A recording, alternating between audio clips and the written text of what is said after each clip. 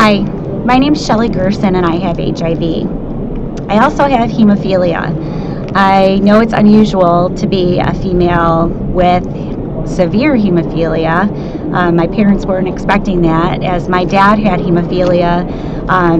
Typically dads don't give it to their daughters or their sons, but they discovered at 3 months that I had severe hemophilia A through my vaccinations, from which I bled a lot. So this was in 1967 when the treatment for hemophilia had just hit a huge milestone. My father, who had lived obviously prior to 1967, when he bled, he just had to bleed and bleed and bleed and not work and not go to school and just lay on the couch and just wait until the bleeding and the pain subside, and then he could get up and try to live a life. But when I was born in 1967, it was a fortuitous time, because that was when factor concentrates had become available to treat people with hemophilia, and it was very effective. And what factor concentrates are, it's really the factor or the protein in my blood that I'm missing that scientists would pull out of donated blood and concentrate it down into a white powder into a bottle, and then when it was needed by a person like myself or like my dad, it would be reconstituted with sterile water and it would be injected into our veins, and our bleeding would stop and we could have a normal life. And for my dad, having lived for so long without treatment, this was a miracle and a new lease on life. So when he heard that this was available, he wanted it for his daughter and he wanted it for himself. So to make factor concentrate, it took 20,000 donors to make one lot of factor. So if any one of those donors who donated blood had HIV, then the whole lot of medication was infected with HIV, as well as hepatitis C. We did not know that in the late 70s and the early 80s that HIV had contaminated the blood supply and thus contaminated factor VIII. There had been some rumors, there had been stories about Ryan White and about some other people with hemophilia contracting HIV, but no one came out and said that this was a serious issue. No one came out and said that you should stop taking your factor. No one said there's a better way to make factor, which was available at the time, but industry chose not to take those steps as it would cost too much money. So my dad and I continued to infuse this medicine that was life-saving, life-giving. I was able to lead a normal life as a person with severe hemophilia, as normal as it could be, poking needles in your arms to inject a factor, but I was able to go to school. I was able to play with my friends. I was able to ride a bike. I was able to go to hemophilia camp, where I met my blood brothers and blood sisters and became lifelong friends with them. In fact, life was so good that my parents adopted a little boy, and he had hemophilia. And he's the story. His story is the one I want to share with you in my remainder of this recording. Patrick came into our house when I was 8 years old, and he was like my project. I knew that hemophilia was something you could live with and live with proudly, and you could work your life around it and not let it take over your life. So my goal was to teach him that. I started teaching him how to self-infuse at age 5. I allowed him to poke me with a needle, and we were best of buds. And he went to hemophilia camp with me as soon as he could go.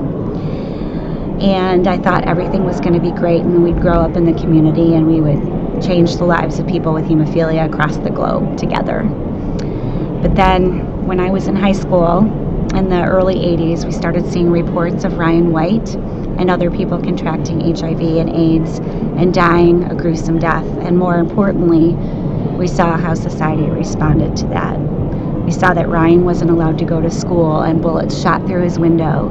We saw a family of boys from Florida, the Ray brothers, Ricky, Randy, and Robert, whose home was burned down because they, as hemophiliacs, had also contracted HIV.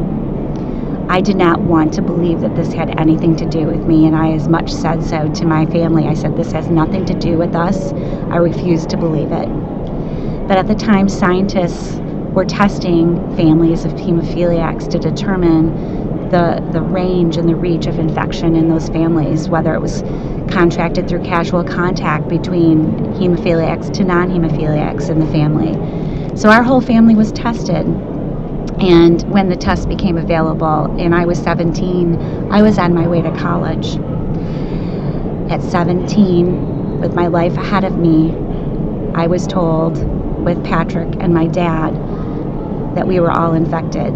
Fortunately, my mother was not infected, nor were my two siblings that don't have hemophilia. They were not infected. So I continued to be in denial, but unfortunately my brother was not able to be in denial. He started to have symptoms of gastric distress, having diarrhea 30 and 40 times a day, having night sweats where he'd have to wake my mother up and have to wring the sweat out of his sheets. He had trouble eating anything. He was losing weight and losing hair. He was fatigued all of the time. He experienced pneumonia, pneumocystis, multiple times, and there was no doubt about it. He had AIDS. I had moved out of my parents' house to go to college while all of that was happening, but I ran out of money. I had to move back home, and what I discovered when I moved home was I was moving back with my family and this monster AIDS. And there were times when I would get up in the night and help him with his sheets. I would lay with him on the couch on very hot days. He was so cold and he couldn't get warm. And I would lay with him and share my body warmth underneath several blankets. I was sweating and he was shaking. I would let my mom help my mom with the food tube feedings. Things were not going well. And my mom and dad were told that there was nothing left that they could do to help my brother, and did they want him to die at home or at the hospital. And my parents said, we want to keep him at home. But Patrick had other plans.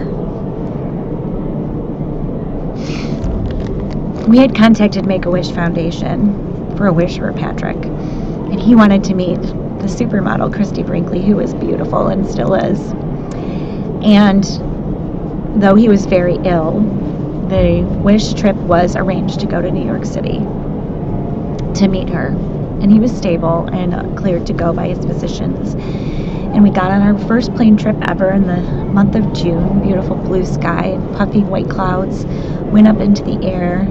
And I could see something was happening up in the front with my brother and my mother. And I walked up there and I saw that my brother was less than conscious. He had lost control of his bladder. He was unable to communicate. His skin had turned yellow. And I knew he was actively dying and that his systems were shutting down. And the only thing I could think of was, if anyone finds out that he's dying of AIDS, they're going to kill us. Because people did not want to be by us.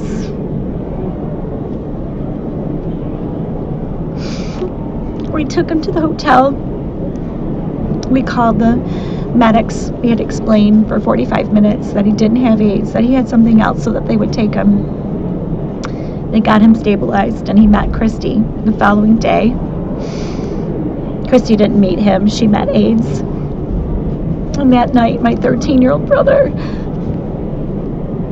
took his last step in his life by deciding to die when my parents were out of the room. In typical form of a 13-year-old seeking independence. It was the only way to do that.